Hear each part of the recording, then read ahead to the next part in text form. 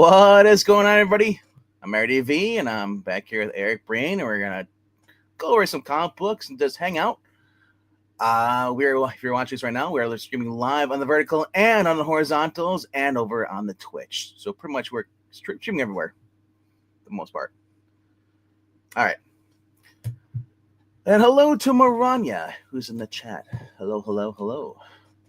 Alrighty though. I got some books today. I figured I'd show them off. I do every week. Now, as I always say, I'm not the go-to YouTuber for comic book reviews. You know, I don't get all the fancy edits and all stuff. I just show up the ones that I collect and I really like. So 1, 2, 3. So I only have 7 this week. 7 books plus 2 back issues.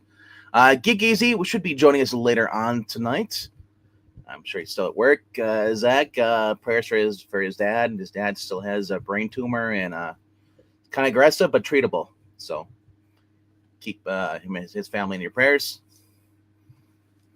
And hello, Cheeseburger, who is not first. Oh, first on the mobile one. Yes, the vertical. Yes, and Marania's first on the normal. Eric, Bree, and I were first here because we're on the panel.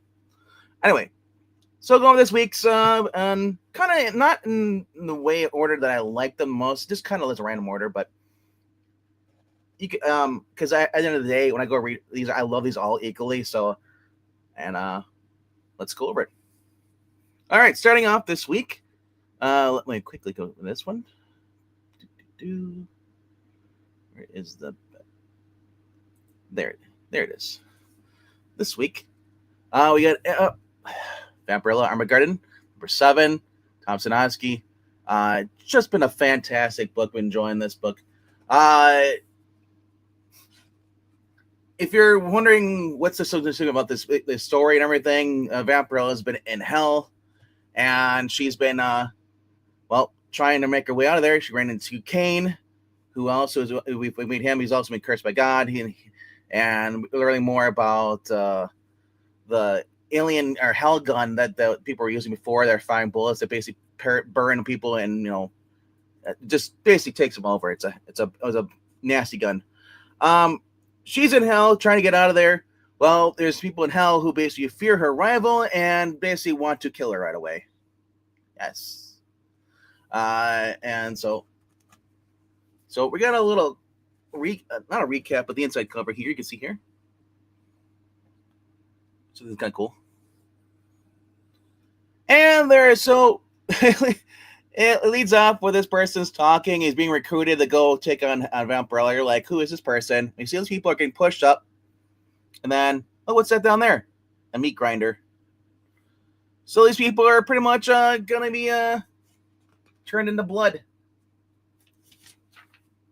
Pushed in. Kind of gnarly. You're like, okay, who's this person? Why is he relevant? Why is this girl talking to him?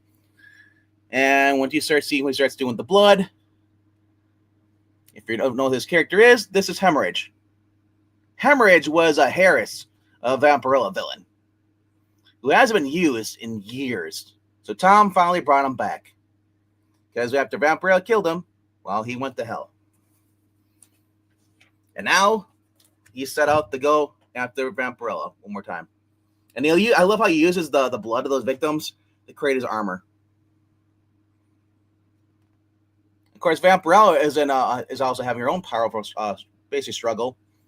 She's trying to fight her inner darkness, the inner darkness of herself that wants to come out and basically just annihilate everything. And Vampirella has been suppressing her evil self and doesn't want to come out. So they end up.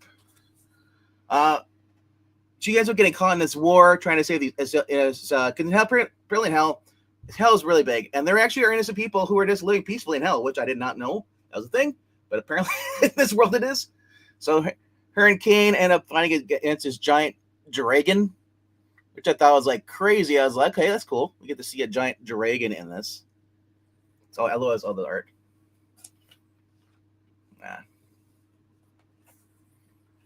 And of course, We got her friends who are just arriving, made their way to hell. We're in search for her, and they're trying to figure out where to go. So the hellhound pretty much knows he's been to hell before, so he knows his way. So they follow him to a local tavern.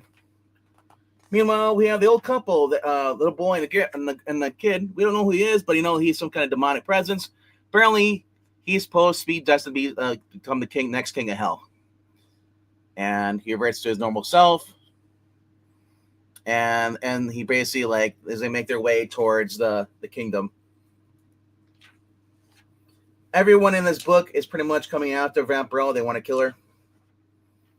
Vampirella is pretty much at this point going into bloodlust and jumps on the dragon and just basically starts feeding on him. I love this. There's no drama like you get in the horrible priest book. So you see her just feeding on it and then kills it.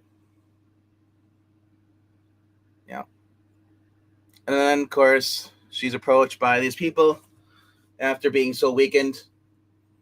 And she's pretty much at the point where she's so depleted, and she finally gives in, and her evil side takes over. Next thing you know, they wake up, and pretty much everyone's been slaughtered. This other crew comes and takes Kane's his little weapon he's been using, his hell gun, his steel hat. And we're led to believe that Kane has pretty much been defeated, but we all know that Kane he's been cursed of immortality by God for killing his brother Abel. So he's never gonna die. And hello to Sherlock, saying hello, bro. What are you reading? Well, I'm not reading anything right now. I'm just showing off the books I got this week, the new comic books. We're live on Geeky Puppet Show over on YouTube as well, on vertical stream and on normal. Alrighty, so we get back to her friends. We're at the bar, and they've been left alone. These guys thugs up and says, hey, you guys shouldn't be here, blah, blah, blah. This is our territory, it's not rude of you to be here. And, of course, you see the blood tendrils start coming around them, and then they're pretty much killed. Because, get to the last page here.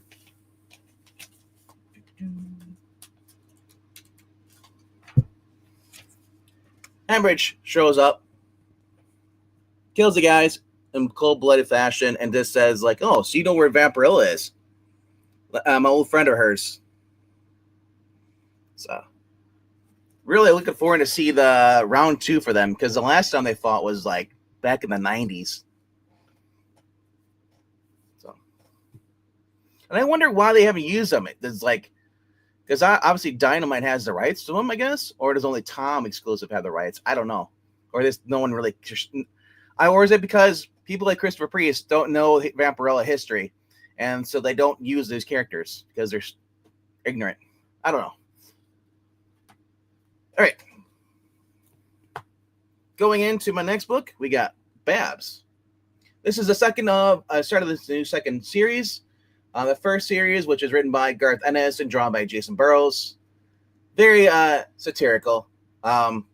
She's kind of like a Xena, kind of like Red Sonja / type, and really at least it's Garth Ennis just making fun of the all the medieval kind of fantasy tropes and stuff.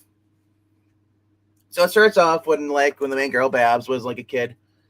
She built this brand new sandcastle. She's like, oh yeah, great, I finished it, and then kids haha, yeah, girls are stupid. Girls don't belong playing castle and stuff. And of course, so the nurse is or not the nurse, but the nun. She's like, my castle. She's like, no, sweetie. He's like, you ruined my castle. He's like, yeah, she's like, yeah, he did. But you know what my dear grandmother always said to me when things like this happen? And she's like, no, what? She said, don't get mad. Just rip the motherfucker's arms off and shove him up his asshole instead. And she's like, what the heck? So it's right there and there, this is going to be. Of course, she's fighting in an arena. They make more money. And they play Spec Center. And she runs into, that kid. And he's like, wait, I know you. And she's like, hello, long time no see. And of course, because she still holds a grudge, and she pretty much just kills him off camera. Even the guy is like, "Oh, that is not nice looking." And of course, her friend's like, "Dude, okay, let's quit ahead." And her talking sword is also saying, "Hey, we need to stop this." And she's like, "No, we're gonna keep going. They love me." And they end up walking away with a shit ton of money after this. Only after she pretty much takes out all the bad guys, cutting their heads off. Even the panda. And so one of the ongoing tropes is that Babs is always arguing with her sword who doesn't like to kill. He's a pacifist, or not only a pacifist, but he has more class. He's like, I want you, and he's always talking about he wants more in life than just being a sword. So it's her and her friend, and here's the thing about this: Garth Ennis does not make these two characters lesbians. Had this been any other writer, especially Gary Gratka, they'd be lesbians, but they're not. They go to so what they do with their money? Well, they're the sword's like, well, how about you just get me a new scabbard or comrade and stuff. I look because the sword's always like belittling her, and then he's like, how about you spend the money on me? No, they go to like this fancy like resort, and what's just funny about this is they're in like a medieval fantasy world, but they have all these fancy like hotels and stuff sometimes they go to, and they go there and they end up like just deciding, get drunk, and they go mingle, and of course, the Garth Ennis books, it's gonna lead to them meeting some people, and this was I did not expect this. The two of them go up on stage, it's karaoke night, and then they start singing and doing like almost like a Beastie Boys kind of rap, which was kind of weird. I did not expect that, and yeah, there's like a couple pages of this. I was like, okay, I can forgive this because it's satirical. It's satire. That's what it's supposed to be. At the end, of course, because they're drunk, they both of them hook up with like creatures, and I was just like, this is really Garth Ennis now. And they of course because they're drunk, they end up forgetting when they wake up. They don't know where to spend their money. And the sword, who's there, he's like the voice of reason, tells them, hey, you dumbasses, you guys went there and all. But what do I care? I'm just a sword. I don't know any of these things. Turns out they invested all their gold in like some like pitiful like what do we call it? A hunter's party to go to this place, and it's called InvestiQuest. And they're like, oh crap, we need to get our money back. And the one girl, she's like, I don't want to go to this country. We just left it. And basically the country left where they were basically being hunted down. So now it seems like they're going to go after and get their money back. Like I said, here's the main cover, and then here's the back cover, which is like the Virgin variant. What? Really? The main cover is the back cover? And it's a Virgin variant? Who would have thought of that? Someone who probably doesn't like variants. All right. Then we get into Supergirl. This week's issue, Supergirl. I got I believe it's cover C. Sir, let's see the name here. Lucas Meyer cover. Lucas Meyer did that Green Arrow, Green Lantern and Flash team up a couple years back with Jeremy Adams. I think it wasn't last year, it was the year before. And here's the inside cover, which is actually cover A. This was a very controversial issue for a lot of people. So it's New Year's. They're gonna go to a party. They're in Midville. The Clarissa, pretty much, I think her name is, invites them all to a Christmas party. Lena being like, "Oh, it's non-alcoholic. I don't want to go." And this was kind of where it gets to get a little bit weird for me for this issue. So they decide to go to the party, and Lena goes up to basically to Lessa, and she's like, "Hey, you want to try this? We're trying to try this." He's like, "Alcohol?" He's like, and Kara told her, "No, we can't have alcohol because we have Yellow Sun Kryptonian powers. It'd be really bad for everyone. People can get hurt." So what does Lena decide to do? here, try some of this, and you can drink it. So Lesla, and she ends up getting drunk and causing a scene. Kara snatches the glass too, not knowing there's alcohol in it. And of course, this is where it starts to get really weird. Because they're making Lena out to be a bad person in this again. I know, first of all, she's underage. That's why she's upset that she can't drink, because she's a moody teenager. The other thing is, I don't know how old Supergirl is supposed to be in this. Is she 16 or is she 21 or something? Or at least she's got to be at least about 22 or something. But anyway, so drunk Lesla starts basically going and showing off for Fifth Strange, while Kara sees a guy she likes, and she starts making out with him. And of course, we get, this is eventually going to happen. If you did not know that was going to happen, several issues back, you weren't paying attention. And then, of course, you get Lena saying, "Oh my gosh, I really screwed up. I didn't know this was going to happen." And so she ends up. I've been out of it for who are the two lesbians?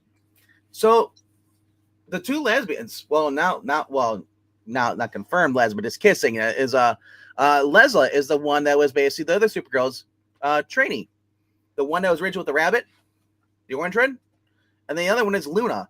Luna is an empathic that came back along a couple of issues ago when they had a party. So that's if you're wondering who the redhead is actually, that's the girl from Kandor,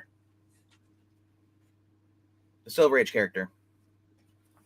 And okay, so after this, basically Lena decides to, like, oh my gosh, I screwed up. I shouldn't have done this, even though she didn't care before. So it's really weird writing for this. And she says, like, hey, it's like, I need to quit making out with this guy. I need to go become Supergirl and stop this. So of course we get Tom King, Superwoman. Sorry. Who pretty much is drunk, comes in, and the two of them fight. Anyway, they make a mess. Clarissa has a new hole in her wall, and then the two are fighting on the lawn. And Kara's like, "We can't do this. It's just it's just horrible. We ruined everything." And she yells at Lena. It's just like, "Dude, I expect this from Lex Luthor, not you." And pretty much puts her in her place and yells at her and says, like, I want nothing to do. She says, "I want nothing to do with you right now. Leave me alone." And it leaves with her kind of like crying and stuff. And Lena's like, "Oh no, why is this happening?" The only other drinking was really, hey, no, there was no underage drinking, because Lena did not drink. Lena was the only one that was not legal there, or not. So, but anyway, we find out that, well, on top of this, Lesla or Lesla is, she's having problems where she's shrinking. She doesn't know why. And it turns out, she talks to her parents that, well, that's the thing about being Kandorians. We've been in the bottle so long, is that eventually we'll revert back to our normal state. So you can't survive outside the bottle. And Kara's pissed off. Is like, you could have told me this. Instead, you just, she's, and just like, that's horrible. How can you be that? And so basically she goes and returns Leslar to Kandor, even though, and just, it's heartbreaking for her. And she leaves her the parents and then flies away, pretty much. And then later on, after she flies away, she's approached by the Black Flame, Leslie is. And basically, how would you like to get some vengeance or cause some trouble? Very, very weird issue.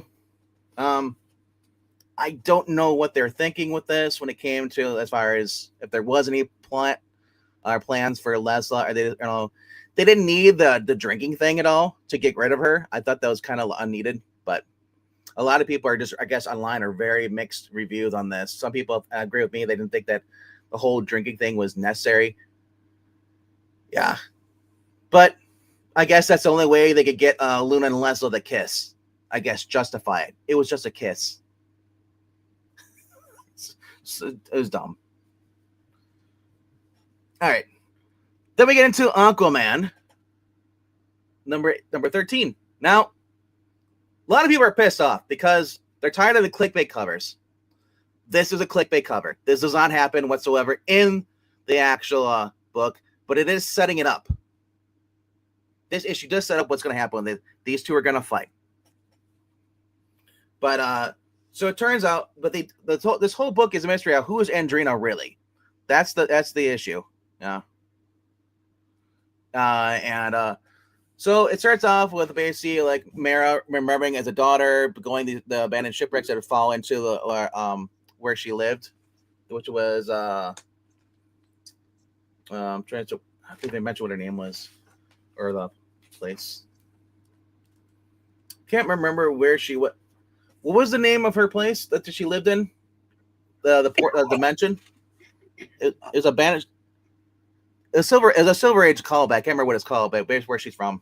But anyway, they go to the present, and then she's basically the reason the guy is attacking her because he says like you came back and killed the rest of us. And she's like, what are you talking about? She said someone that looked like you came in here where we are, and pretty much caused our people. Is it seen here? No, it does not say on the actual combat thing or.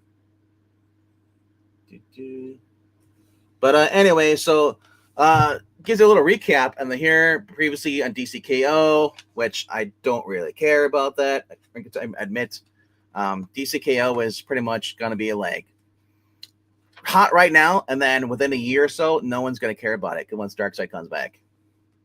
But it is a chance for you to you know what I'd rather have DCKO should have been? A video game like Injustice.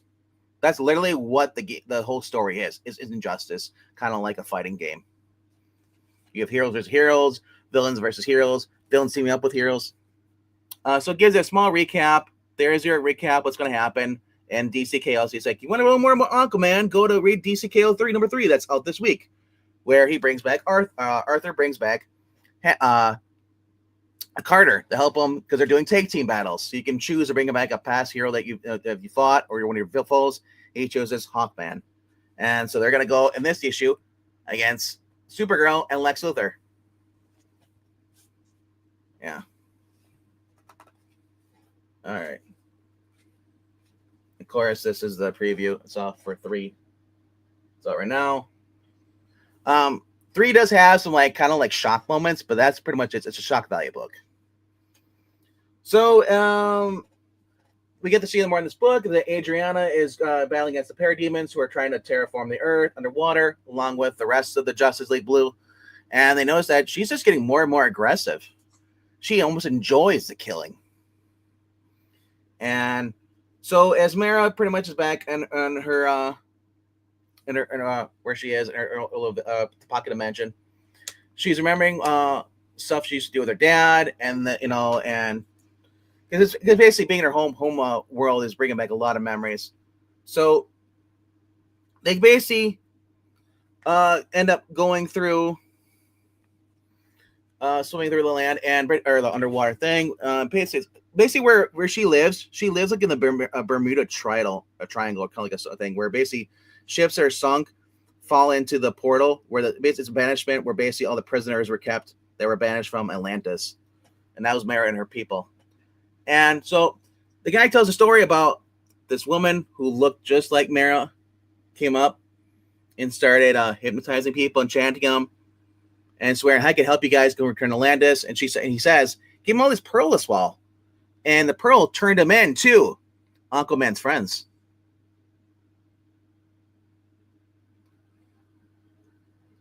Yeah.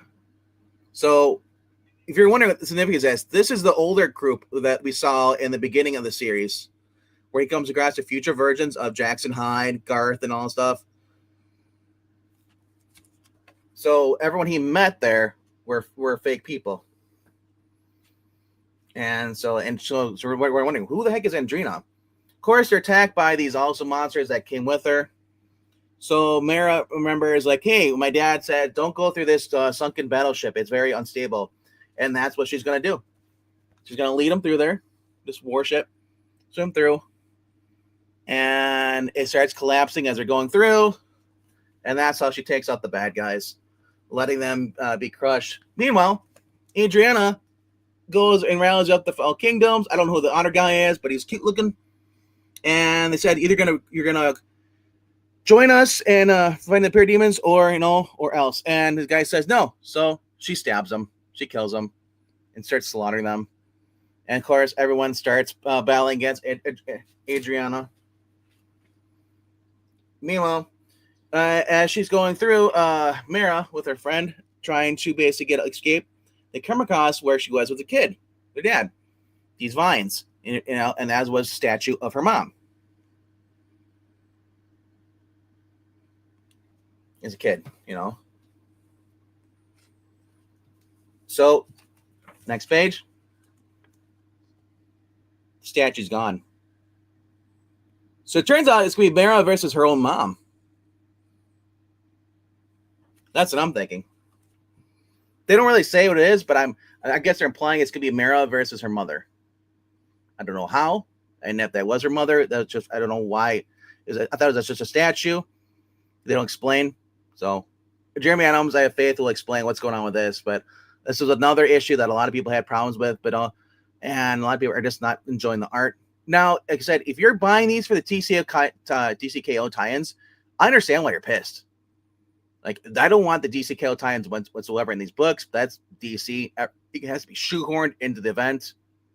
I'd rather just have a character that's not tied to it and just focus on that. All right. Then we're getting to Geiger. Number 20. Geiger meets the Northerner. Normally, the Geiger would be higher. I'm almost number one on my books, my favorite books. Geiger, this suffers from basically what I had back when I was first reading the first volume. Tariq is just not a likable guy. He's back in the woe is me. I don't care. We're done with helping on people. He's he pretty much we get a recap his life. Talks about how he got used to the killing and numb to it, and that's all that matters. Everything's pointless. Barney, his pet dog, when Geiger was going nuclear the last issue, decided to give him his rods to help him, and he says, "Look, now we're done. We're not going back for Zigzag or Nate the Knight. We're done. We're on our own. Nothing matters. So, and as he's there, of course." Nothing happens until the next day. He's in a library, and if you have not been reading Redcoat, at the end of Redcoat, the Northerner disappeared. Well, this is where he ends up. Far flung in the future, and he's asking what year it is, and this was kind of interesting too, because Tariq didn't really seem really bothered to care. He kind of just thinks that this guy is kind of like crazy, even though he disappeared out of thin air. But then again, the guy who makes himself glowing, it's not probably you're going to phase him as much, And I think also Tariq is also kind of given up on life at this point. Meanwhile, Junkyard Joe, Zigzag, and the Nate Knight and the Professor are all trying to basically battle these guys. They're not sure who's trying to kill them. If it's people going after trying to get back Junkyard Joe or whatever, but we get to see a guy who shot Nate ends up getting kicked by Zigzag. Zigzag getting some retribution, also getting some 4K. And Junkyard Joe pretty much is kind of like doesn't really do much in this issue, just kind of stands there and stares. And that's your little recap there. The main thing is basically we're getting to learn more about the Northerners issue. That's all this is. It's Geiger, but it should have been called the Northerner. Because they're learning more about him. He said, I came from a world basically where the South won the Civil War. And he's like, I went back in time. I tried to save it. At first, I didn't believe, I was approached by this old lady who kept bothering me. And, at first I didn't care. But then she showed me like a film of Martin Luther King, it's off speech. And I realized that I live in the wrong world. This is a lie, And Geiger's like, how do you know that it wasn't just the truth, Why does everything have to be different? And just so as they're driving, he's like, dude, give me to Detroit. I need to find out who won the war. Because they said, if I'm right, I can prevent this war from happening, the unnamed war. Because as Tariq says, nobody knows who started this war. It's just that everybody wants to blame everybody else and kill everybody else. And of course, they're being attacked by these pirates who won't leave them alone. Geiger goes out. He says, "Well, he says, save your ammunition. I'm just going to take them out." Of course, he's like, "What's that in the sky? Another drop?" Because this person who's been helping has been dropping the northern supplies. It's almost like a loot crate drop. Those who played Fortnite. Yeah, so there's a lot of Fortnite going on in the comic books this year. References. And well, because Tariq said we need a bigger, more guns if we're gonna go there. And of course, which gets dropped is a Tiger tank from World War II. So, and that's the end. Next time, Time Tank. Like I said, this was another filler issue, or at least if you care about the Northerner, you get to learn a little bit more about him. But I mean, we saw Simon appear in the other issue. I think it was issue 19 at the end. He's also searching for Tariq, the glowing man. So I would love to have the Northerner and Simon and all of them basically be in one book together. But I don't know if we'll get that. Well, at least not now. But it looks like the unnamed war and all the heroes and all the worlds that were being built up by Jeff Johns are coming together soon. If not this year, next year. All right. And Geiger is only $3.99, so it's not too expensive versus like the Batman Superman titles, which are like $5. All right. Then we have right here. We have a G.I. Joe. I'm not sure if this is a wraparound cover or not. I guess it is. Yeah.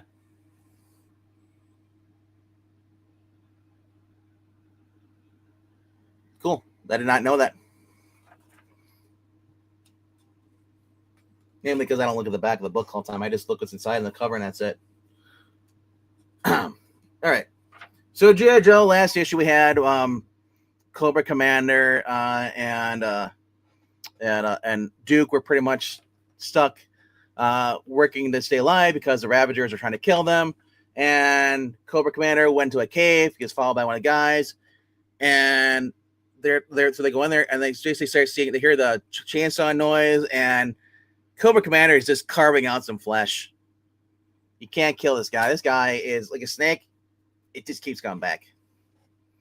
And we see that he's like, I want the Ravagers. I love you guys. I don't want to kill you. It's like, but if you press my luck, I will kill this man and I'll kill the rest of you. And they're all like, what the hell? And he says, I have a job opportunity for you. It's like, you can come work with me, at Cobra.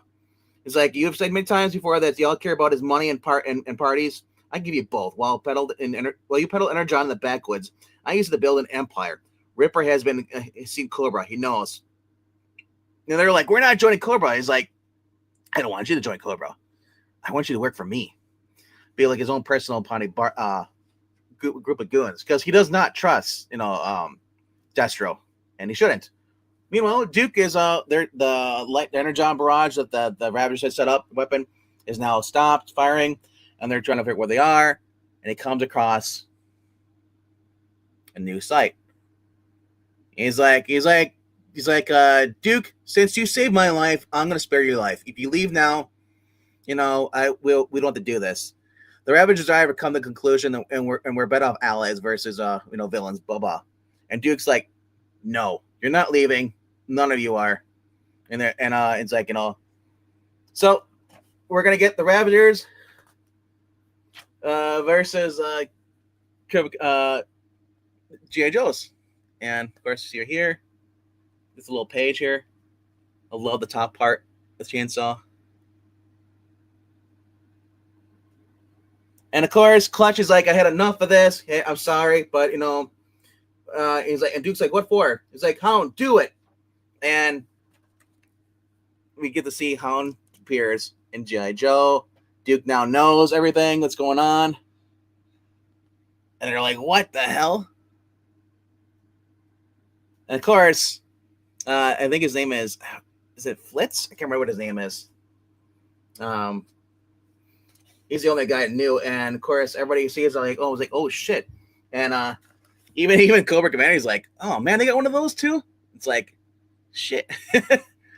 And yeah, the guy thinks he's gonna attack Hound. Hound just kicks that big old Hulk guy. Brute kicks him in the sky, and yeah, it's just the point where it's a knuckle, basically like it's, what do you call it, a slobber knocker kind of match. Three brutes. Cobra shows up and rescues everyone, and Cobra Commander is like, hey, telling the two top Ravagers, he's like, hey, he's like, come with me if you want to live. He's like, it's like, but he's like, don't, but leave the other ones though. It's like, he says, Sarnia, Xandor, Torch, Ripper, and Buzzard come with me. The rest of them can just stay there. They're preoccupied with the Jaws. Let's make our escape. And this is just fantastic. Very much panel by panel story, and just full of action.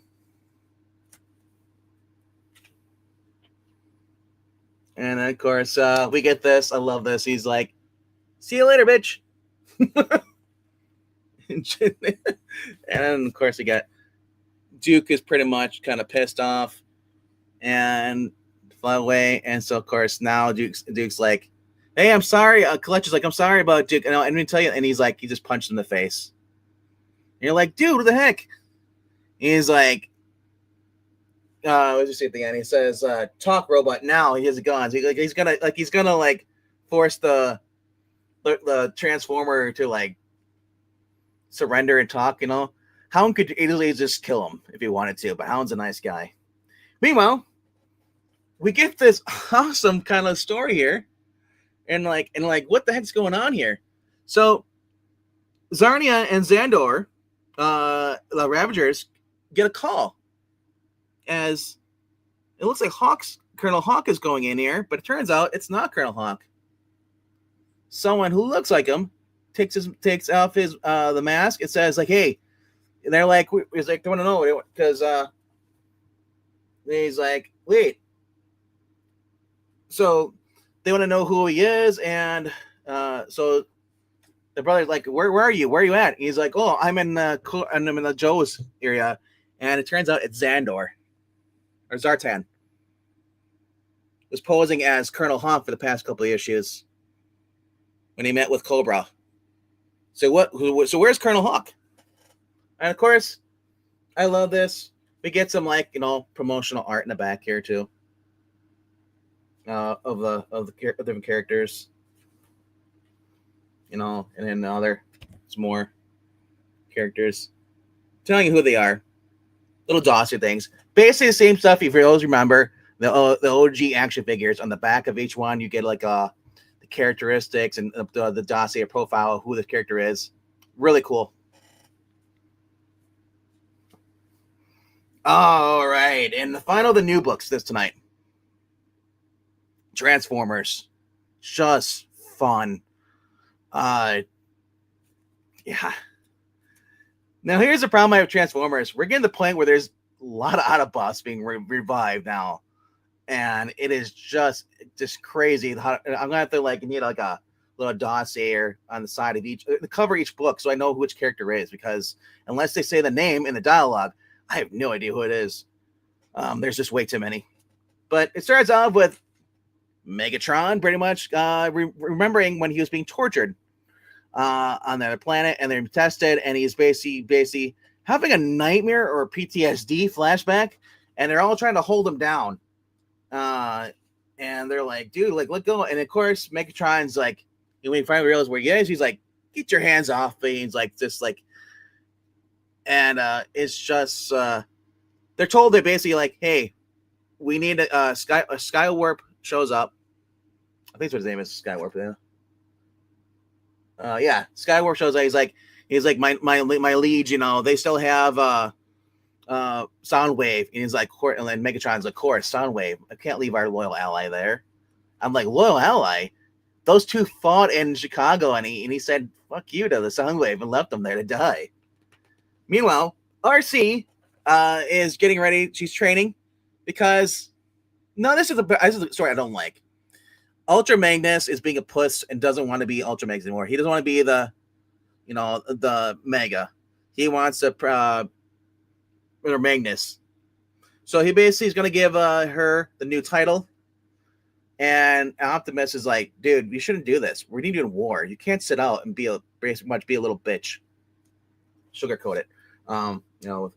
And he's like, and just saying, he's like, we can't afford to lose you. Meanwhile, we have Thundercracker. He was talking to basically the prisoner, Soundwave, and saying, hey, you may see right now, but when something of yours is killed that you love, you're going to see that the Decepticons don't give a shit about you. So he's, and of course, what is Soundwave, at first doesn't believe him, but then he pictures in his head is like, his dog or cat or Ravager being discarded. So he might have a change of heart. We don't know. Probably not. Meanwhile, we got this, what is his name again? Shadow Watch Underground Base, and they're escorting this guy out who basically was basically a trainer of the United States, making his own stuff. He activates his Viper Tech, the Ozanum, and he just melts everybody, soldiers. This was horrific. I was like, what the heck? This was on Hyde Street, but he turns acid, kills them, and just gnarly. The bright colors on that. I love the art on this story. And Dan Mora, he activates his helicopter and kills more and shoots more acid on people. And literally, he flies away. And I believe his name is I think it's Matt Tracker. His name is. Can't remember what his name is. But at the end, he ends up getting a helicopter and flying away. And then we get this little kind of like, we kind of knew the slice of life moment was going to happen. Carly and Spike have gone basically back to his home, and like she's like, hey, thanks for letting me stay here. She's like, hey, no problem. And it's like, Carly, and she's like, well, yeah, it's better than being in my house. There's a giant hole in the wall from Starscream or one of the Decepticons. And he reveals that he's not going to go to space anymore. He's like, or he's not going to go to train to be an astronaut at school. He's dropping out. He said, I already know what's going on in space. We've been living it, witness it. We've caught alien life. And the two kind of have like a touching moment. He's like, yeah. So you're going to see these two hooking up or being a romantic couple. No surprise. RC rises up, and she's now been transformed into RC Magnus. This is the first appearance of that character or new narration. So it is a key issue for this. And of course, Optimus still says to Magnus, hey, we can't let you leave the battle, man. We still need you. We're out, even though we have awakened all these new Autobots, we still need you, and we still need, and she's still learning. And we need you to help her along with to help train these new Autobots, or not Autobots, but newly awakened Autobots from what's going on. And so we get to see a little stuff, little art here, and then of course here's the roll call. Those are every single Autobot right now that's been awakened. So we got Ultra Magnus, Jazz, Wheeljack, Beachcomber, Silverbolt, Air Raid, Firefly, Skydive, Blaster, Shredhead, Bra, Jetfire, Mirage, Sideswipe, Thundercracker, and Bulkhead. And when they all transform, she's like, Autobots, activate. And he's like, Optimus like, really? He was gonna say roll out, but he's trying to help her, train her, and so yeah, he wants to know where's Trailblazer. Trailblazer was out. He's like, oh my gosh, how beautiful this country is! I love it. It's so great. And then he's like, hey, what's that in the background? And the next, I'll just say this. His head is crushed, completely crushed by Megatron. Megatron, no mercy, just shows up. He's like, oh, you love the scenery? Too bad, you're dead. And he rips him in half. I know, like, I love how this is like a homage to Sentry and ripping Ares in half. And then we've seen those other characters over the years. And just that smile and smirk on Megatron's face. That is just pure evil. And I love, yeah, just fantastic. So there are a lot of character deaths, and we leave off with the final page for this story. And it's just Megatron smiling and saying, he's like, we're going to do this to the rest of Autobots. We're going to give them all permanent deaths. Just gnarly. And of course, you get the letters page, and then the back, you get some more stuff about each character. So I said, just like the G.I. Joe. And then, of course, you can tell what's going on. You can explore more of the universe. So, with Void Rivals and Transformers. Yeah. And then they're advertising a Phantom of the Opera book. Part of the Image Monsters thing. Universal Monsters. Tyler Boss and Martin Simmons. I don't know who these people are, but they're this is the new Universal Monsters book. I don't know why they just didn't do Jekyll and Hyde. That would have been better. I've never been a fan of the Phantom of the Opera. I guess people do like it. But all right, I got 2 more books. I got some back issues I picked up. Alrighty then. So I picked up Superman, Man of Steel, Lobo Strikes Again, and again, and again, and again. I believe this is Louise Simonson. Breen, do you know? If it says Simonson, yes. Walt didn't write. Yeah, I didn't think so. Man. I think I already own this, but I saw it. It's Superman versus Lobo for $5. Yeah. So, looks pretty cool. So I'm looking forward to reading this.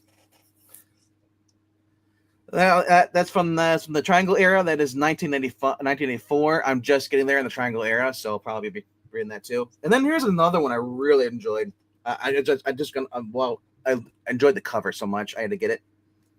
And yeah. Oh, very cool. I don't know anything about it, but it joins the army as a soldier of steel.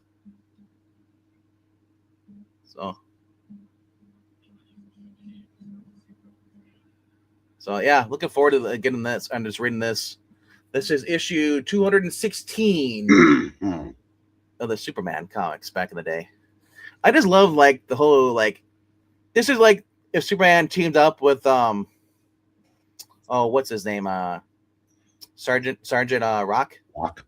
Yeah. That's what it looks like. Oh, that'd be a great crossover. I don't think they've done it yet, but I love him wearing the GI jacket and everything. Just yeah, gone. And look how big the dude is. The tiny little baby face. All right. And that's kind of it I have for comics. I'll text Joe to see if he's gonna pop in soon, but not Joe. Sorry. Well, Joe's never gonna come in here. Drops off Jeff and then leaves forever. He went to go get milk. Joe went up to get his skis and never came back down. Damn it.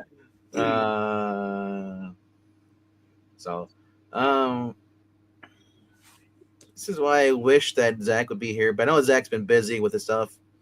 Breen, Brian, do you got anything to show up at all? One book. All right, we'll throw you up here.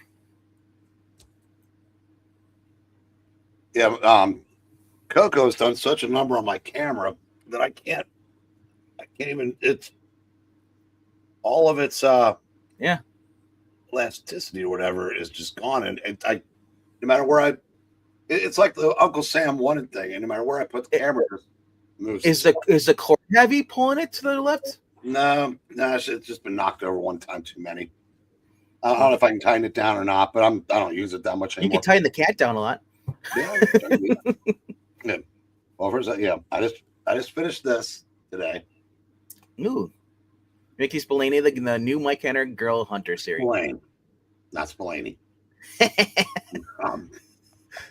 Yes, this was actually the best Mike Hammer book I've read so far. What's it about? Well, Velda. Do you know anything about Mike Hammer? Do you know who Velda is? Is that a secretary? That's the secretary Girl Friday.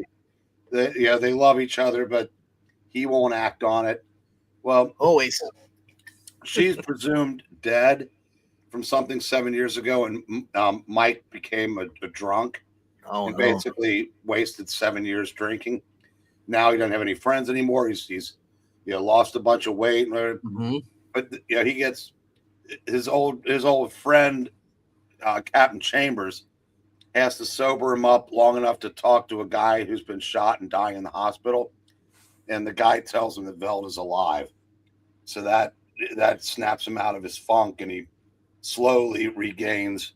He slowly becomes Mike Hammer again, and because he's on the clock, he's got to find Velda before this villain called the Dragon kills her. And turns out the Dragon's actually two people, and one of them turns out to be the woman that helps Mike, recover, and they fall in love with each other. And actually, a villain. But that is good. Wow, that's a 1940s noir book, right?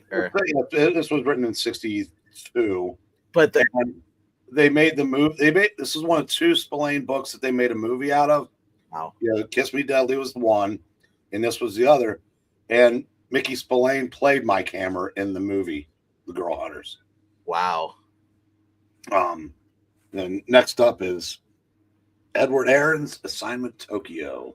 Read one of these the other day. It's actually pretty good. But what I picked up, and this has been out for about a month, but I figured I'd go ahead and grab it. Yeah, Moon Girl. Yep. Yeah, I looked through it, and if I had, I may not have, but I don't know. It might turn out to be a good read. You got that girls thing now, right? The girls love.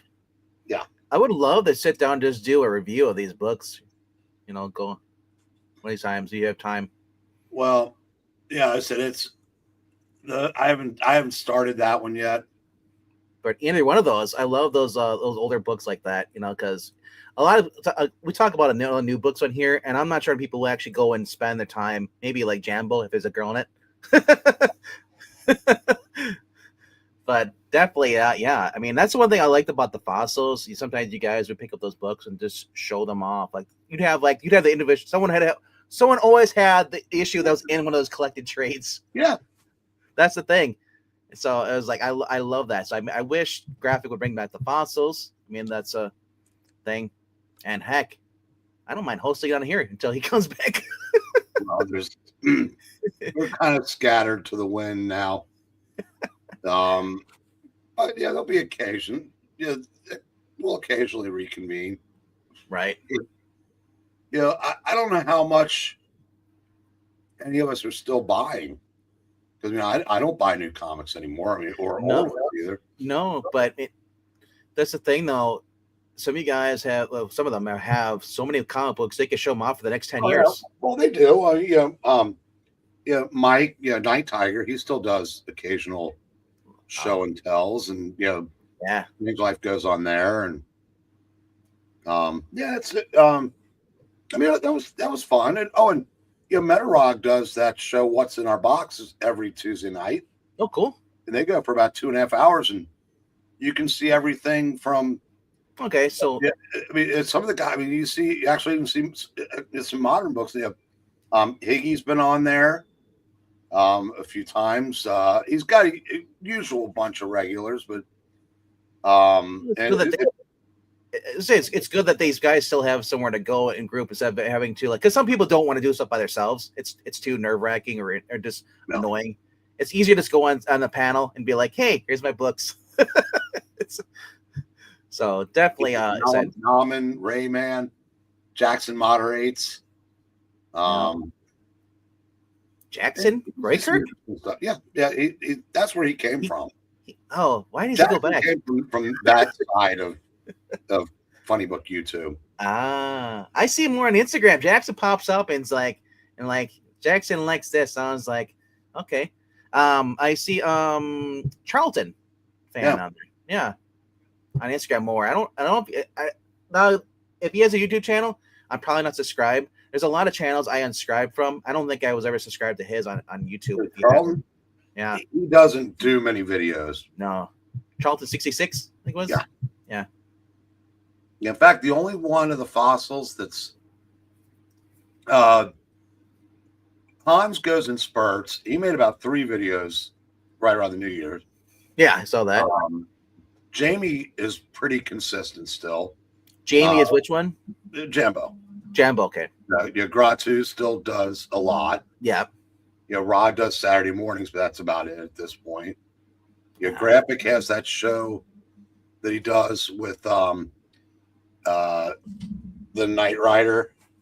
You know what they should do? Since they're all doing one a day, just each choose a day. I got my Saturday mornings with them, and then I got the cheap comic collector at night. Well, yeah, Micah doesn't do every night. No, but I knew I'm just saying choose a once a week, and then like that person that goes live in the morning, and the other one goes at nighttime. Or I want to be like a TV guide, all scheduled out. You go this time, you go here, so I can just spend my day just watching people showing off old books. Obviously, I'm greedy and I want them all on my channel. There's a ton of there's a ton of old shows you can go back and watch. Right. That's just true, though. That's like any media format, any physical media. If it's there, you can go back and watch it. And hopefully YouTube stays around, because my thing is, if YouTube ever goes away, all that stuff, all these video stuff, if you've not watched them, will eventually go away. It sucks, but the way YouTube's been acting with everything, and we got there's people who have 1 million subscribers and used to get over 4,000, 5,000 views. We're getting like 25, 50 because they were pushing the vertical streams. They weren't pushing the long format. So I don't know how much longer before creators to say, well, it's not worth it, because they're not paying anything. And then plus people think like if you do TikTok stuff, those people don't get paid much at all. Well, it's what are you doing it for? Well, are you trying to make money off it? I'm not trying to make money. I'm just saying a lot of these other ones actually are in the business of making money. No, I'm saying that's the question you have to ask. Because I know none of the people that I've done stuff with, as far as like the fossils, none of them are in it to make money. No. They love I've never been that. But I can understand. So people are like, well, if I do make money along the way, that's great. No, but where I was going with that is you're not going to necessarily stop doing it because you're not getting the engagement or not being pushed by the YouTube algorithms. You're doing it because that's what you want to do. Yeah. And that's the thing a lot of people don't realize, that people think like, oh, YouTube is a job where you can just become a rich on YouTube. So I'm not gonna do a job. I'm just gonna focus on YouTube. That's gonna be my career. That was the whole thing of Nightclub. You remember that story? They thought they're going to be YouTube sensations, real sensations, and the kid ends up falling off the building. So shifting gears, did you hear that? Looks like Powerhouse Hobbs took a pay cut to get out of AEW. Oh, really? Yeah, Tony offered more than Levesque. Yeah, well, I don't know about the pay cut, but I know that he basically wants to get out of it. And people are saying, well, it's like, all these people want to be stepping stones. They want to use AEW to get in WWE. Well, here's the fate of those people who leave AEW, whether and go to WWE. For the most part, Mariah May, as Tony said, you are now. She said, I sense you a life of mediocrity, and no one remember who you are. No one care. That's Blake, whatever Monroe character, and on WWE. Tomosa Ciampa just left WWE. Like right now, it's like Rick. No one really cares about these AEW. I disagree. Jade Cargill is the champion. Yeah, Jade Cargill. Yes, two biggest. They're two. Well, until last week, their two champions were from AEW. Granted, also yes. WWE, but Ricky Saints is a big deal there. The perception is absolutely if WWE wants you, they'll get you, and AEW gets who WWE doesn't want anymore. Why isn't Ethan Page did he ever go up to the main roster? Is he still in NXT? No, he's still in NXT. Yeah, but he gets regular TV time. But I'm just saying, it's fair or unfair. I'll get right back to you. Well, I'm saying if they want to go over there, that's fine stuff. I don't feel betrayed. It's like I got to see these people do awesome matches. But when people say like, well, AEW never want to make him a big star, I'm like, what are you talking about? These people have held belts. They've been like in the main events. It's just like people come up all these excuses to say why these AEW wrestlers suck. And and then so when they go to jump to WWE, they're like, oh, they're great. Yeah, of course they're. Tony fumble again. And I'm thinking, weren't you just shitting on these characters before? It's just dumb. What's up to Summoner? Hello. Hello, Geeky Puppeteers community of American and World Patriots. That stream title was excellent. I'm hooked. Yeah. Unfortunately, you always come in towards the end of what I have. So I was done about like 10 minutes ago. Kind of just stalling. I think Geek Easy's going to pop on here. If he doesn't, we'll probably end. I know he works right about 9 Eastern, 9 o'clock Central, or 10 Eastern, sorry. Yeah. But I don't know. We'll see what goes on because he hasn't messaged me back yet. But yeah, but he said like it's just weird how if you were a fan of this, you're not allowed a fan to be of that for some people, whether it's comic books or wrestling, anything. It's sports. It's like people are just very territorial, and there's just a lot of people who just want to stir up trouble. Of course, I hate dirt sheets. That's the one thing I really don't care about you see on Twitter or stuff. If people are just writing like, well, rumor is someone doesn't like them, and the people in the backstage don't like this person. And then you find out that's not true at all. Or sometimes it's the opposite. Just the whole rumor farm is just dumb. Hey, we got Geek Easy here. What's up, buddy? Walked in the door, pulled my phone out, and saw your message, and I was like, okay. So I just switched my shirt. We went from talking comic books to wrestling for a while. Just to fill the air. Sorry, I got home as quick as possible. Next time, speed. Go ahead. Okay, well, I think that guy in the wheelchair was a little pissed at how fast I was going anyway when I clipped him. But 1, 2, 3, 4. He shouldn't have been in the middle of the road.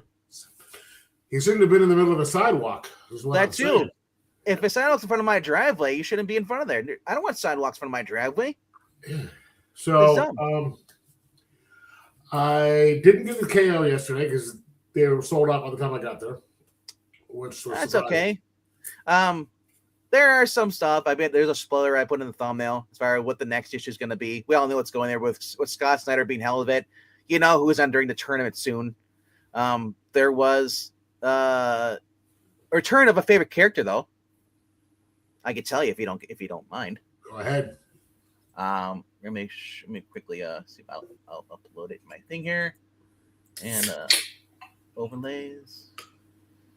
So there was some kind of dumb things I saw that happens because this whole issue was all tag team titles for the DCKO3, and I just wasn't a fan of it. Lex Luthor and Supergirl end up teaming up together, and Lex does something that causes Supergirl. Well, let's just say that I wasn't a fan of it. No, actually, it's 27 degrees right now there, buddy. So we see this in the book. He affected with red kryptonite, and she's like, "Oh, Clark, I'm sorry," and stuff, cousin. And then she becomes a raging like She-Hulk. So what does red kryptonite do to a person? Is that I forget? The kryptonite allows their inhibitions to be taken, be ignored, and so somehow she got hulked up on a mass amount of red kryptonite. Which turns her into this.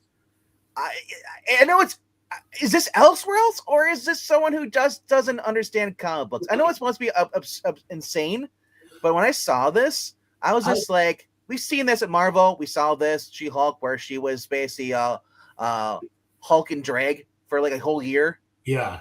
And I was not a fan of that. They were going up against Hawkman and Arthur. Aquaman, because we were allowed to choose, bring back, one opponent that basically, one of your foes or one of your friends, that had fallen. So he chose to bring back Arthur, Hawkman, and so the other thing at the end of the issue, we end up getting this because now the new battle is going to take place on Earth. This is basically the Earth that they were trying to protect, but Earth is now being terraformed into Apocalypse. We have Booster Gold, who last week we thought was I thought he was possessed by Apocalypse, the spirit. I thought so too. Yeah, but we got the Absolute Universe versus Supergirl, Lex Luthor. No, sorry, it's going to be Lex Luthor, the Joker, Batman, and or no, not Batman, but Superman and I'm trying to remember who the other character was at the end. Superman is teaming up with Lex Luthor and Joker? Yeah. There's only 4 characters left at the end of the issue.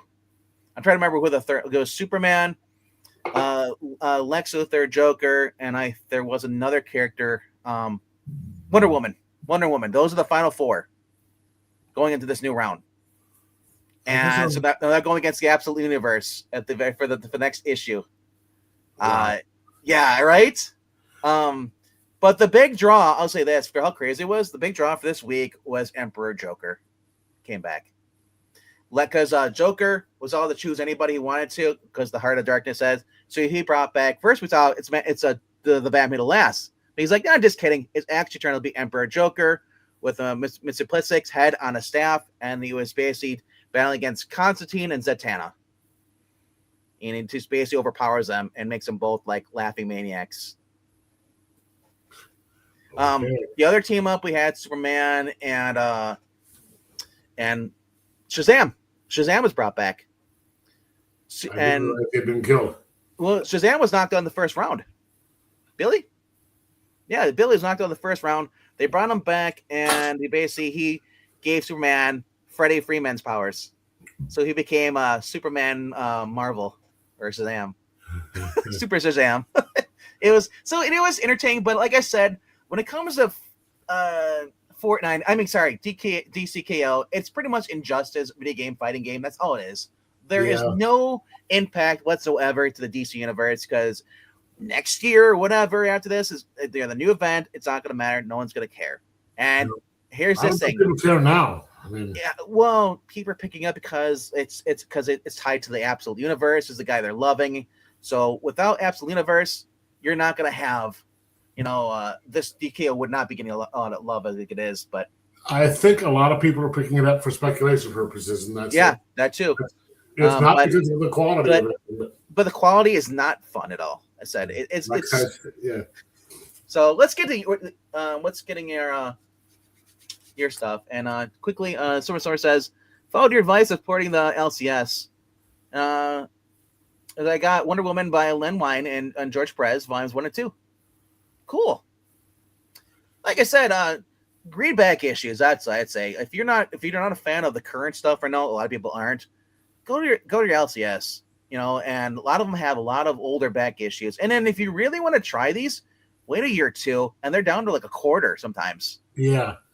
And you've seen what I've been getting. I have a bunch in my room I need to go grab here in a second, but I've been doing the old Batman and detective stuff.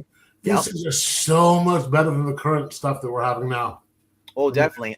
It's disgusting how bad But that's why I've gone to independents. There's a lot of indies books I'm reading right now. Transformers, G.I. Joe, never would have touched that 20 years ago.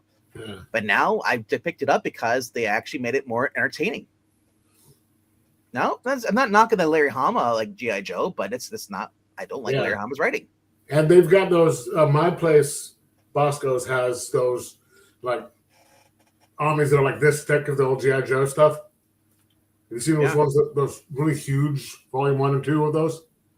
Yep. Yeah. So anyway, Peter Cannon, Thunderbolt number 3. Cool. I guess this wrapped up the first storyline. I thought it was going to be miniseries, but it's not. I'm not going any farther. To be fair, Peter Cannon Thunderbolt was not a character when I first saw him. I didn't think he was that popular. Maybe he was when he first came out.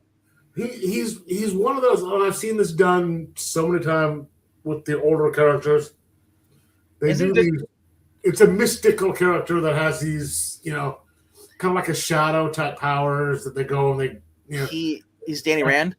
Huh? He's Danny Rand. Yeah, but pre-Danny Rand. But you know what I'm saying? They go. Yeah. They go study with these mystics and they get these powers, and it's like, okay, whatever. Which may have worked back then, but nowadays he did. In one of the Dynamites, he did knock boots with Red Sonja. Yeah.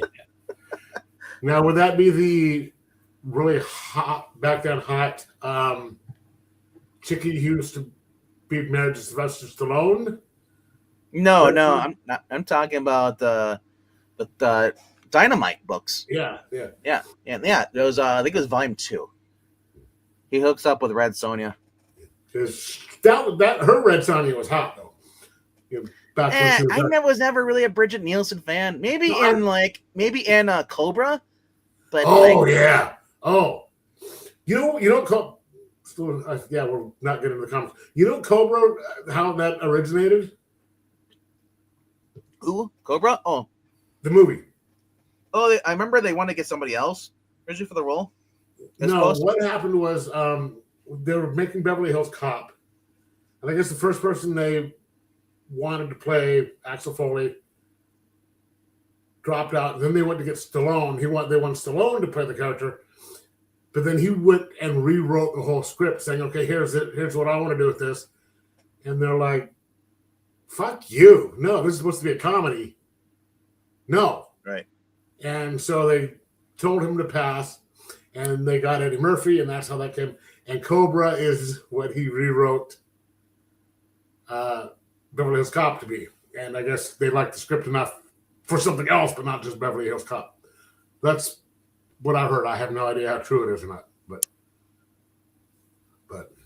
mm-hmm.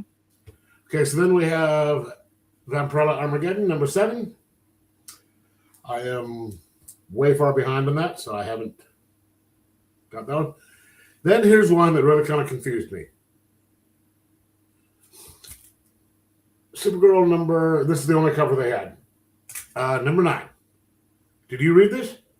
Which one is this? Supergirl number 9? Yeah, the latest one. Yeah, we went over that, and that's a mixed bag done nuts as far as reviews. Yeah, because first of all, I thought she was young. I thought she was in her teens, first of all. The way they draw her, she looks like she's a teens, but she's actually 20-something. She's old enough to legally drink, so according to what they're saying here. Well, yeah, except for Lena, which it threw me off because I thought Lena would be the same age as her or a little bit, but then I can forget that this is her going back to Midvale. She had been there in years, she said. That was the original first issue. But the way they act her, she acts in here, she acts like she is like the younger cousin who's just 17, 16. Yeah. And it seemed a bit rushed. That all of a sudden she's changing size all of a sudden, and there she has to. Well, Lena was written so badly out of character, it was just dumb. her like saying, "Oh, because I can't have alcohol. Well, I'm gonna try experiment because I'm gonna get the other girl drunk, Les Alar, and of course things got a hand. She's like, "Oh my gosh, I didn't mean for this to happen." Yes, you did. Yeah, and I think the reason the whole Yellow Sun thing was that written to fit in with the gun thing that they're doing for the movie? Well, at the end, you get to we see drunk Kara coming in, Supergirl, and saving the day and fighting, and I don't know, maybe a nod to it, maybe because maybe these writers are looking forward to watching it. I know I'm not. It's just I don't want to watch Kesha as Supergirl. Yeah. Okay. And speaking of stuff that I don't want to watch, I'm going to after that I get done with this. I'm going to torture myself and watch the first 2 episodes of Star Trek 90210. So wish me luck. And I can't drink anymore because it's But okay, here's the stuff that I haven't gotten into yet, just because. And one that after I started a couple pages of this, Green Lantern Corps 12. The book without J. Ram's not writing anymore, right? Hampton. This is Hampton now. Hussein, Conrad, Albert, and yeah. It's been a mixed bag for me, and it's just not to the point. I'm just at the point where I'm not enjoying it anywhere near as much. So I'll read this one, and then after that little crossover they had, that little like war, I dropped it. I couldn't. It just felt so forced reading it, and I was like, I'm not happy spending this money on something I don't care to read. And then that's pretty much what I'm looking at. Now here's the last 4 are ones that I am really enjoying, and I haven't got them done yet. This will be one that I'm really looking forward to. 20. Nice. This is a horrible cover, but it's a good series. I don't really. The art in here is just, I don't know. For I was gonna say for Geiger, I was just saying it's the introduction of the Northerner, and we're gonna learn about the Northerner. And I saw that in there. Yeah, and so his story takes right after he left the last red coat or the Northerner. So that's where the Northerner is popping up, and he's now doesn't know where he is, and we get to learn more of his origin stuff, and it's working before. So I'm saying that whole series with Geiger and the Unknown, it's finally going to come together. Going to start seeing crossovers, which I'm really looking forward to. And I'm just wondering, he's a time traveler and all that, but I'm wondering what the connection is with it. But Minor Arcana, I do not like this cover. It was the only one they had. The art in here is it's how I'm about art. The story's really good.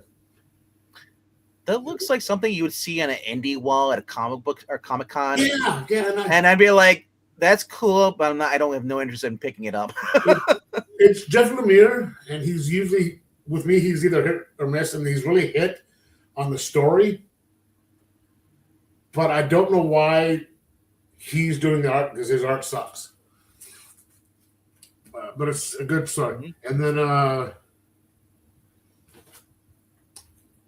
The Monster and the Wolf, number 2. Keen Spot. Wow, my shops don't carry Keen Spot. I always thought that was a myth. I see it on Legal Comic Geeks, and I'm like, he does the this is the Mark Spears stuff. So it is, if you get the Mark Spears stuff, it is a Keen Spot. Nice.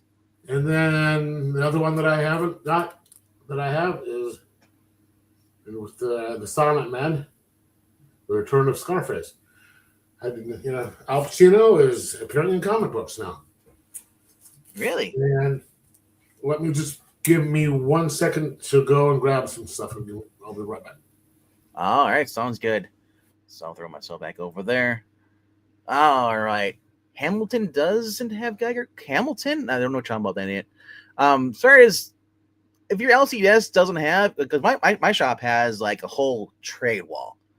And sometimes if you go to them, they might be able to order you a backlog. And sometimes you could just go to, I think is it Ghost Machine? Yeah, go to ghostmachine.com, I think it is. And they might have back like volume trades directly from the website you can order. You just got to create an account and they'll sell it to you. There's a lot of online exclusive stuff. So, if you're trying to get like Geiger or Red Coat and stuff like that, check out Ghost Machine. I think it's. I'm not sure what the URL is going to be, but like look up Ghost Machine, and comics, and you might find the website. I know in the back of the stores usually they have something. Let me look at my thing real quickly if they have that. Let's see here. Because they do have this. If you want to get the big box like a Geiger, that's like the hardcover volume 2. They are doing these. Yeah, they've got that. They've got that nice thing. But I was trying to see if they have if they advertise a store. They must have a store because they have this right here, gear and apparel. So, and they must have an online presence.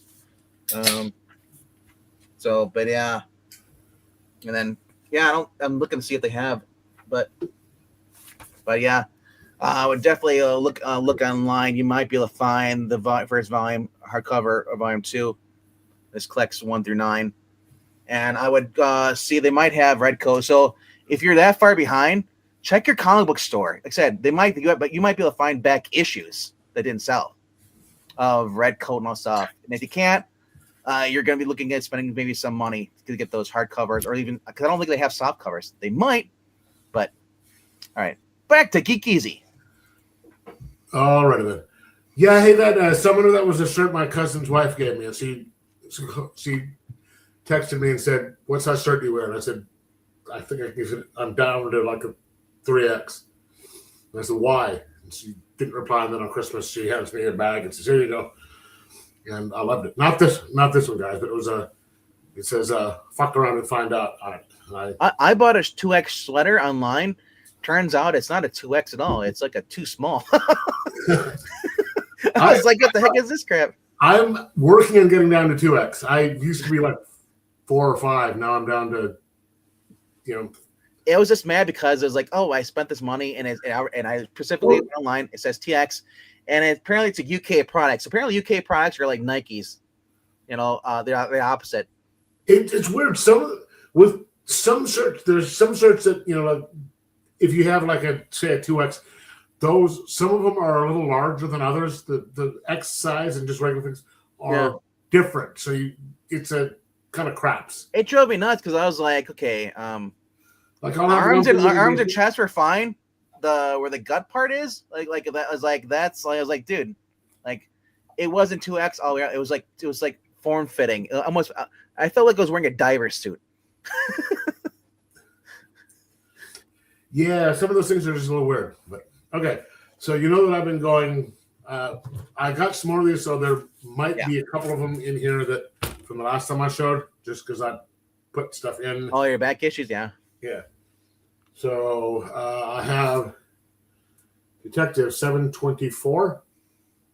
I finished this one last night. Okay, then 726.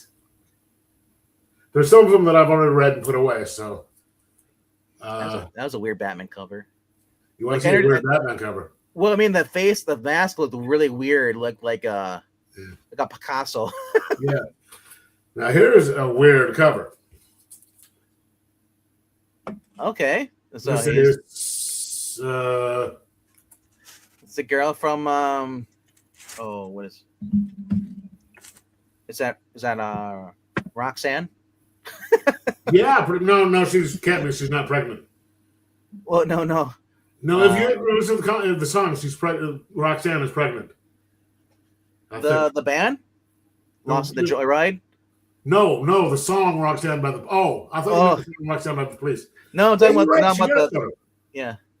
The short hair like that. I remember, it was also Roxette. Sorry. Yeah. There was also the other girl who Till Tuesday. That the hairstyle was popular. Till Tuesday was the other singer.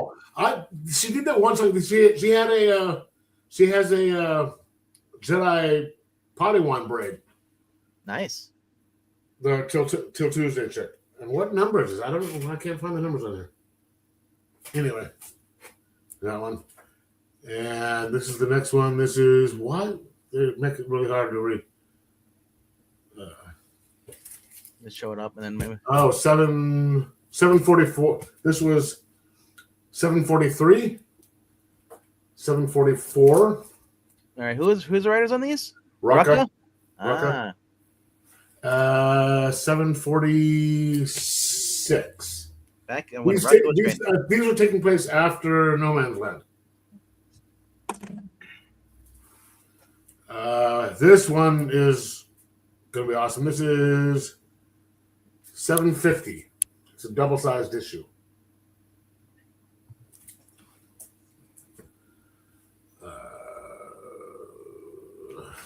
You think about it, if you just collect all old back issues of this, you will have no room for any of the new issues. 54. Yeah, well, Rucka, whatever you have to say about Rucka, the guy is a much better writer, and his stories are much more interesting than Taylor's. When he's told he can't write lesbians and can't write lesbians and then he's good. Yeah.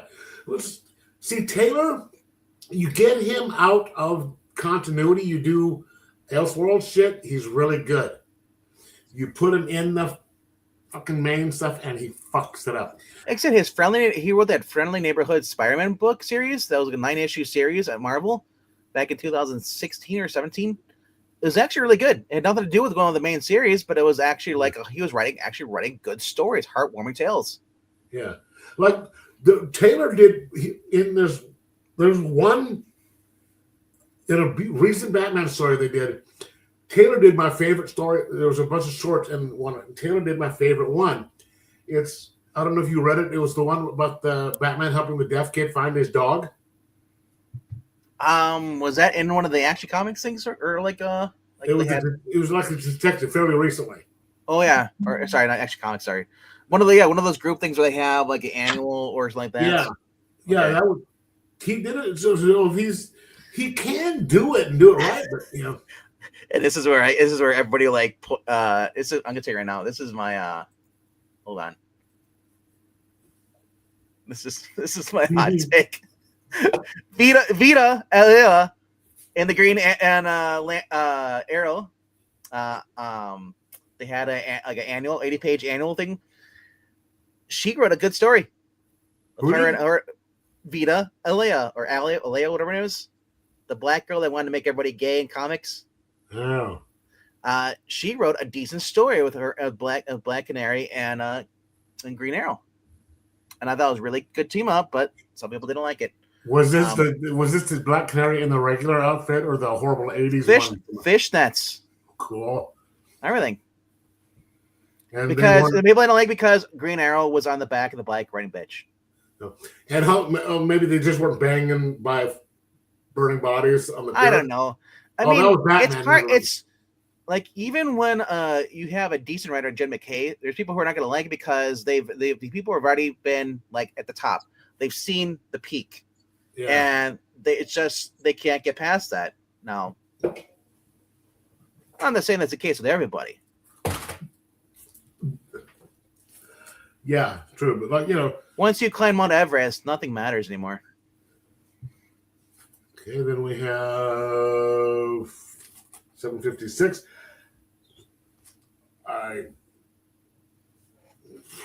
Turns out that I didn't have a lot of these old detectives. 57. Most of these are obviously in the 7s now. Now here's an interesting cover. 58. Looks like a nurse I had at the base hospital a while ago. 60. Looks like it's a Mad Hatter story. And then, speaking of Beverly Hills Cop, there's Surge from Beverly Hills Cop right there.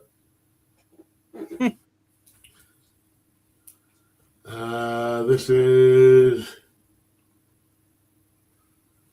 65. I like that cover. And here's some stories that I have of. I have the omnibus, but we're getting into Bruce Wayne Murderer. 766. So these are getting into nice. Rucka and I guess he's doing that. I guess he's doing this still because I know it's Rucka and Brubaker are doing for the Rucker and Brubaker were doing 69. They had that one, and then I think Brubaker was. I know Rucka was doing Gotham City Central, or Gotham Central, and then you also had at the time, the turn of the 2000s, early 2000s, you had I think it was Brubaker was on Catwoman after Chuck Dixon. Yeah. Well, I think Brubaker and Rucka were doing Gotham Central. One was taking day shift, one was taking night shift. And I think on this, but only one of them was complaining about being bullied by Jeff Johns. that would be Rucka was complaining about that. Right? Yes. Brubaker doesn't put up with anyone's shit from what I understand. Brubaker is like, I'm just going out. I'll just make my own books. Yeah. Yeah. See, Brubaker can go and do his own books himself. Rucka, I think he's tried to do some of this stuff. Rucka's been doing Lazarus. That's the only ongoing he's had going since 2013 at Image. Yeah. And that is actually a decent book. It just, he has so much TDS or whatever's going on in his life that he neglects the writing the book and just makes us wait forever. Yeah. So he lost most of the people that were his fan base. And, you know, it's like Breen was saying, says you could probably guess Brubaker's politics, but he doesn't put it in his books and his stuff. Yeah, I can say that much. I can say that for Rucka. He doesn't put in his book. Wait, he puts in the back in the letters page. Yeah, his hatred for the president. it's like the story has nothing to do with that. The only thing he just did a story where he made Ra's al Ghul's grandson trans. I'm talking about independent books. Who is it, Rucka? Yeah. Yeah, we're talking about independent books, though. But yes, this goes back to what we were saying a little earlier. Yeah, they put them in continuity. They fuck that stuff up, and it's just. Yeah, it said in Lazarus. The one thing I don't like about his book Lazarus right now is like the story's good. It says that when people are speaking in French, he doesn't translate it. I have to go to the back of the book and they'll tell me what the actual translation is for everything they said. So I have 2 pages of stuff that's not in English. Like that pisses me off. Yeah. Oh, and would you wear tight stuff just for me, RDV? I mean, no. That's for summer. He wants tight clothes. Okay. I'll get my tank top on, my Bret Hart tank top. 773. I like this guy. This is an interesting cover. Is it Greta Thunberg? Yeah. I know there's I think Greta's doing the strangling. It seems like. Wait. Her and her Prince. What's his name? Haircut. He-Man's alter ego. Did you say Damian Wayne is trans, Breen? No. Nissa's Nissa's son is now her daughter, and it tries to groom Clarion the Witch Boy. Yeah. Well, Clarion always seemed kind of a little effeminate. And it's going to go somewhere overseas to fight for LGBTQ rights. Yeah, hey, that's going to work. Yeah, try that over in like Qatar or. Oh, speaking of LGBTQ, Connor Hawk was brought back in DCK03. Yeah, he was Yeah. That was a Batman back issue that I detected. No, but they brought him in because the Cyborg said, "Because you're the most dangerous person I know I can think of, and I'll have an ally." And so Cyborg just says, "Now I can copy your fighting moves. Now we're both this fight," and they went against Big Barda and Wonder Woman, and they got their ass beat out because Big Barda just punches Wonder Woman's gauntlets and then causes a huge shockwave, and they're like KO. I'm like, really? That's it? Because Scott says people don't know. They know that not only that the Wonder Woman's bracelets they can block attacks, but they can also cause a huge backlash of like blast energy and stuff, and stronger opponents. And I was just like, they did that in one of the movies, I think, didn't they? It might have been the first one. I think. I don't know, but I was just like, really. Speaking of Wonder Woman, I want to bring back the original rule way of trying to defeat her. If a man ties her up, so it takes away her powers. The worst part is when someone pulled out a car and started running over people. She was just trying to leave. 774. Cool. 75. 76. Nice. That reminds me of kind of Adam West. That looks like a bobblehead Batman. As the young kids say, Trip 7.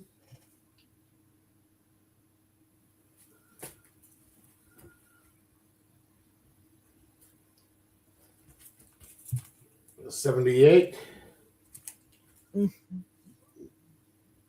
And we skipped to 82. Now, I'm wondering if that's supposed to be the Penguin now. That's some horrible art right there. It looks like Tim Sale art whenever they show like, the Penguin. He looked like a weird Tim Burton creature. And this one is 83. That's Nice cool. cover. 84. That was ugly art. Yeah, 85. Looks like sale art right there. That's Tim Sale art right there, or at least someone imitating him. And last but not least, this is 86. And then I realized that I did not have any of the annuals for Batman, so I got some. I did this one. It turns out that I already had, so I spent $5 on a book I already have that I don't need a double for. The Tinian. Yeah, I should have. Right there on the damn cover, I should have known. 18. Okay. Elseworlds. 20. 24. Planet. Ooh. And 28. And that's it. Nice. So it's safe to say that you're a big Batman fan. Yeah. Because you'll be enjoying Batman comics for the next year or two. All the Batman you're buying. It's I've got. Did I show you that I had that the Batman Adventures? Yeah. I have Great. that one. There's another one that's coming in the mail. It's just I did that a couple days later, and it still hasn't got here yet. And I've got the Demon Head trilogy coming. Nice. Hardback with some stuff that Breen's gonna like. That whole thing was like $138 total. That you'll see it when. So. Alrighty then. I think that's gonna be it then, because I've showed up books. I know that, and then Geeky's at his. You got a little bit of the Mike Hammer preview with Breen. So, alrighty then. Stacy Keach is my Mike Hammer. He's a Keach. All right. I guess it's gonna be it then. Nothing else to really talk about. There's a lot of politics going on in the news right now, but as far as comic book world, still waiting on when we get Criminal when that show airs. There was a signing in Major League Baseball today. Really? Yeah, the Dodgers went out and gave $240 million to somebody else. Really? Wow. So now they have two guys making $130 million between them. Wow. That's not counting the other 24. Their What payroll is are north these- of $500 million a year now. What Well, teams did they grab them from? Michael Tucker. I'm sorry, Kyle Tucker. He was a Cub last year. He's not even that good, but Dodgers don't care. So they have because he's young, I guess. They have some 8 guys making 30 or more million a year. Wow. Yeah, baseball's done. As I said, the Dodgers' payroll will be higher than the entire National League Central, which is where the Reds and the Brewers are. Does anyone care about hockey anymore? I don't know. Or is it because we're not Canadian and we don't watch it? I always hear people talk about football, baseball, college football, college basketball. No one really cares about the NBA.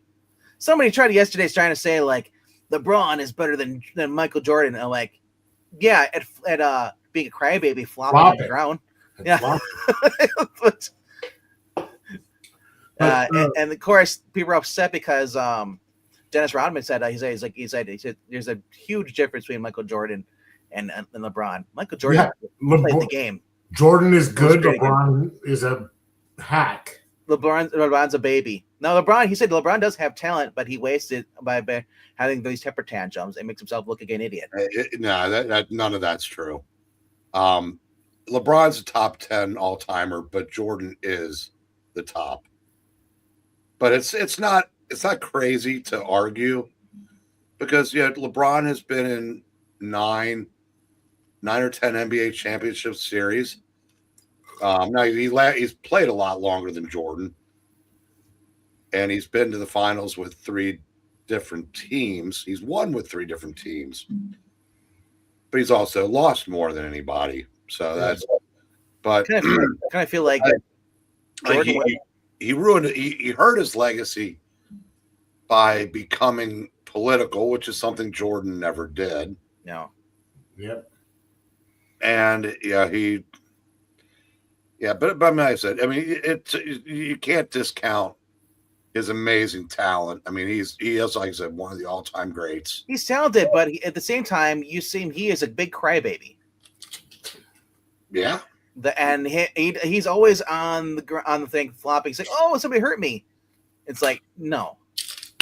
I love these old memes you see. Some hockey player getting slashed across the face with a stick, and he's back in 5 minutes later. And then you see LeBron getting carried off and looked in his direction. Mm. Oh, the other big news today is that the Florida Panthers, gave Trump a hockey stick and a jersey. So I never heard of the Florida Panthers. Is that college? No, they won the NHL Stanley Cup. Oh, okay, okay. And speaking of good news for football, guess who finally got rid of their coach? Packers? Well, yeah, Steelers. Oh, I've been waiting for such a long time for him to get rid of that guy. Well, good luck. Yeah, he's gone. So, how does it feel? So, I had no idea that Aaron Rodgers went to the Steelers. Yeah, he was there for a year. Yeah, they're not going to get better until they can bottom out and and draft a franchise quarterback. That was part of the problem. Is that last year they needed Wilson. They had that one dude. If they had just, I'm sure the fans wouldn't have minded having a losing season or two if they could just get it back up and get farther than the first round and go 1-out. But he was more worried about having a winning season every year.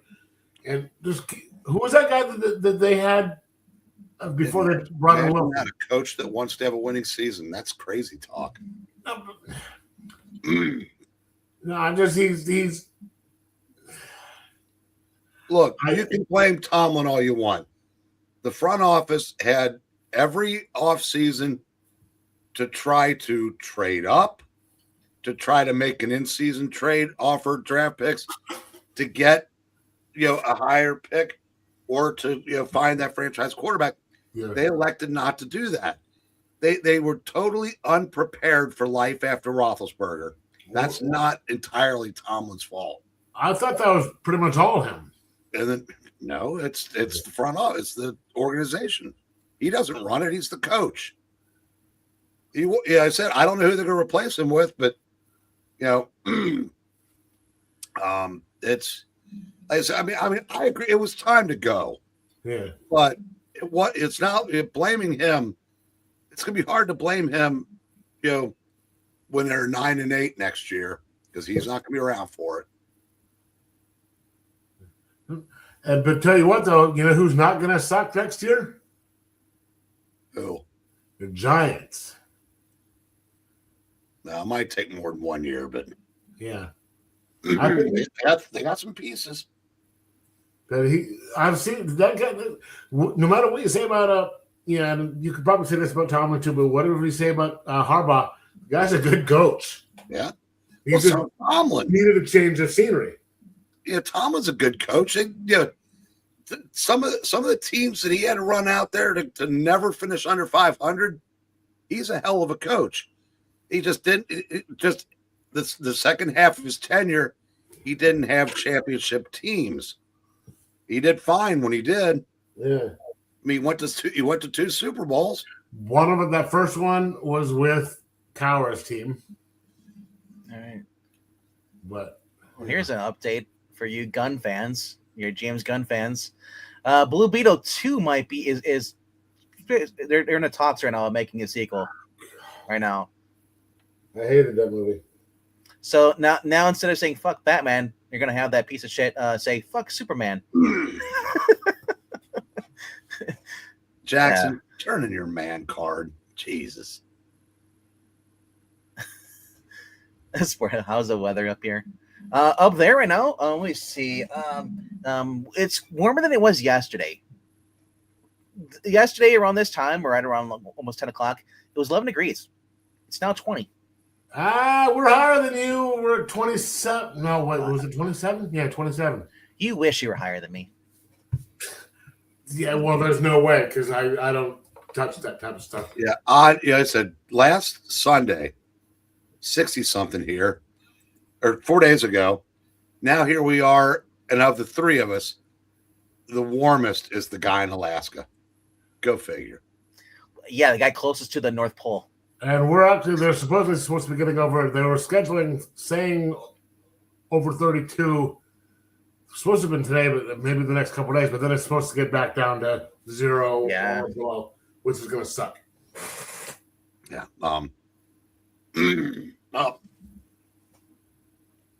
I haven't eaten yet, so I'm going to jump off of here. All right. I guess we'll wrap it up right now.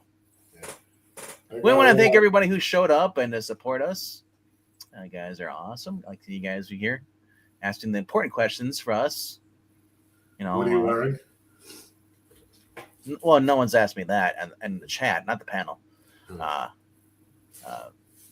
right, so Jackson shows up at the very end. It's of course, I told you speak his name 3 times. He appears.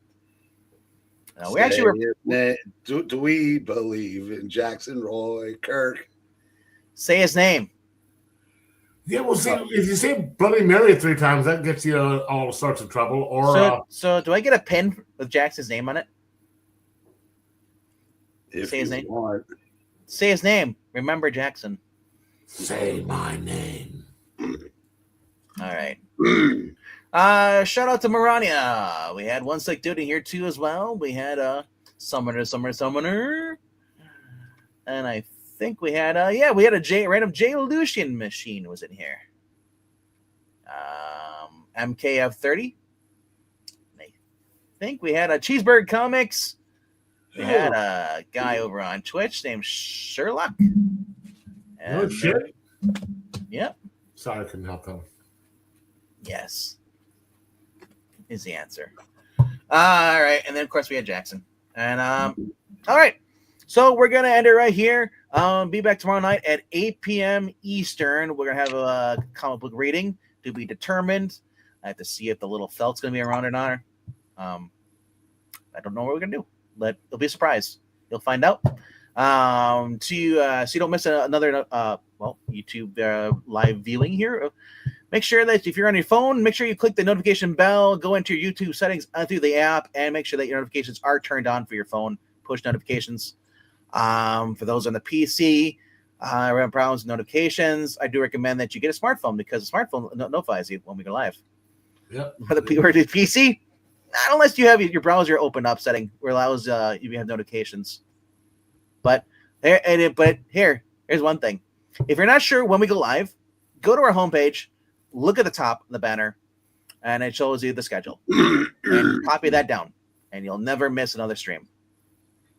Unless you can't tell time. All right, though. We'll see you guys later. Leave a comment down below. Let us know what you thought of these books. Do you agree with us, our reviews? And maybe you had a book that we didn't have up there, and you just give us a little brief summary of what you liked about that book that came out this week. Either way, we love to interact with you guys in the comment section. Also, when we're live in the chat. So, and the more guys you're active in the chat or even in the comment section on the replay, it helps let the AI algorithm know that, hey, we may be a small channel, but we still matter. Damn it. So, and maybe they'll share us out more. But until then, have a good Thursday night and eat your vegetables and take your vitamins. Say your prayers. Later, guys and gals and cats and dogs and whatever you identify as. Later.